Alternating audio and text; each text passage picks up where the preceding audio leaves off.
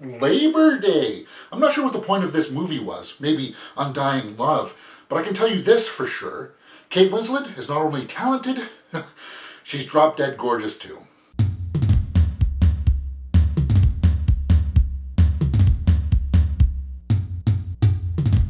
Alright, this is my review for Labor Day, starring Kate Winslet, Josh Brolin, and Gattlin Griffith? Anyway, it tells the tale of an escaped convict who kidnaps a mother and a son in their own house over Labor Day weekend in the United States. And it kind of shows how this guy wins their hearts. So before I talk about the directing, let's go with the acting.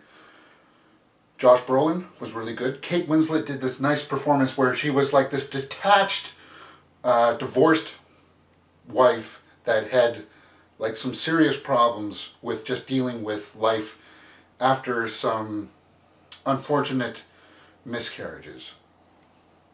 And of course, when Josh Brolin shows up, he's on the run.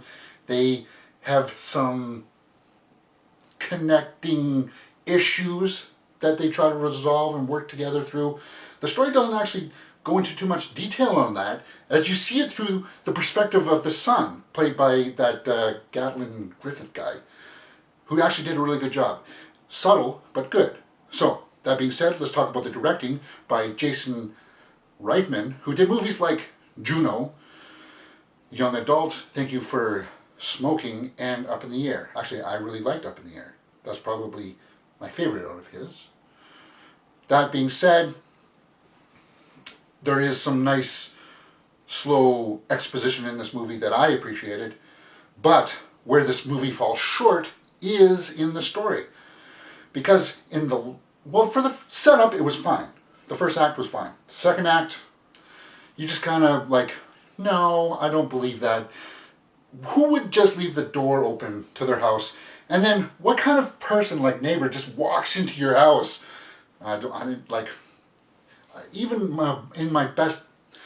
with my best friends, I wouldn't do that. I would knock on the door still.